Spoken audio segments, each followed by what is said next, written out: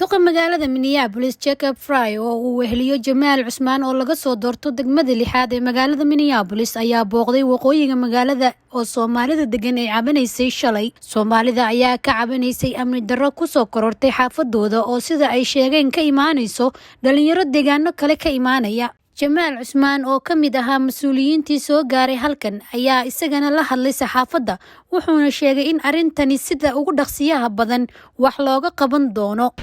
magacayga waxaa la Jamaal Cusmaan waxaan ahay gudoomiyaha degmada lixaad ee Minneapolis dhinacaas Soomaalidu u badan tahay. waxaan maqlay codsigiinii marka waxaan gartay in duqa magaalada maanta inuu kugu yeero oo codsigiina iyo dhibaatada xaafadda ka jirta u sheegtiin. marka aad buu ugu mahadsan yahay Mayor Jacob inuu noo yimaado. waa nin na dhageysta oo marka uu wacno kala na dhageysta kulli xaafadan aanu ma xukuma nin kala xukuma asaa u ogtihiin laakiin duqa magaalada dhan buu xukumaa. marka duqa magaalada Minneapolis ayaa ballan qaaday in wax laga qabanayo cabashada isla markaana talaabadii koowaad dadka la wadaagay. duqa magaalada Minneapolis ayaa sheegay in uu arintan la wadaagayo taliyaha booliska ee magaalada Minneapolis isla markaana xaafadda la keeni doono askar dheeraad ah oo ka hortagta dhibaatooyinka. magacayga waa Jacob Fry, duqa magaalada Minneapolis.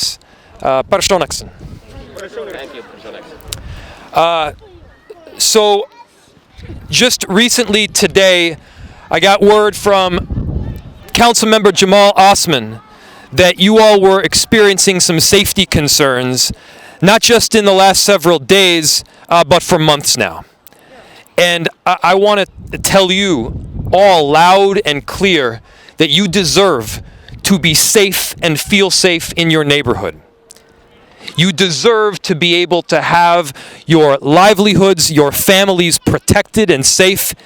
You do not deserve to have the carjackings that I was just made clear about.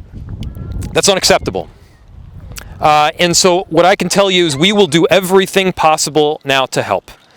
And I believe there needs to be a multifaceted approach. You want to translate? Sure. Yeah. Sure.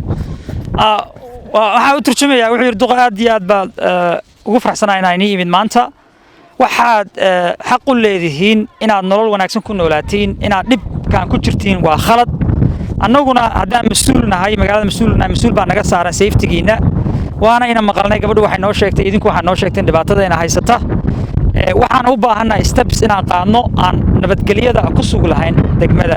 inkastoo nabadgelyada iska xumeed intii mataqaana dhowrkii bilood u dambeeyay ama intii ka horeysay laakiin tilaabooyin baa qaadaynaa haddana asaga ka suginaa insha Allah tilaabooyinka. So there's multiple things that we're going to be looking into right away. You know, first, I'm going to make sure to reach out to our chief of police and Chief Arredondo to make sure that he is aware of the circumstances that you're facing. And to the extent possible, we can have extra patrols, extra officers that are moving through the area to make sure that you're safe and protected. Okay, good. wuxuu yiri tilaabooyinka qaadana waxa kamid ah in aan chiefka booliska ninka ugu sareeya Minneapolis inaan arintan u sheego hadhowna aan ku dhahno meeshan waa in booliis la dhigaa oo la keenaa sida dadku u badbaadaan. Now on that front, I also want to be clear that there has been some disagreement. You know, Councilmember Jamal Osman has been on the right side of this, but there has been a big push to defund and get rid of police officers in the city. In fact, even the Councilmember Cunningham in this area favors it to reduce the number of police officers, which is something that they've pushed toward. And so, you know, one of the things that we need to make sure does in fact happen is that we do have officers that are able to patrol in this area. I know that you need it, and we will do everything possible to make sure that happens. Additionally, I'm going to be checking with the head of public housing and Director Abdi Warsami to check in on the security concerns that we have in fact devoted money to security through MPHA.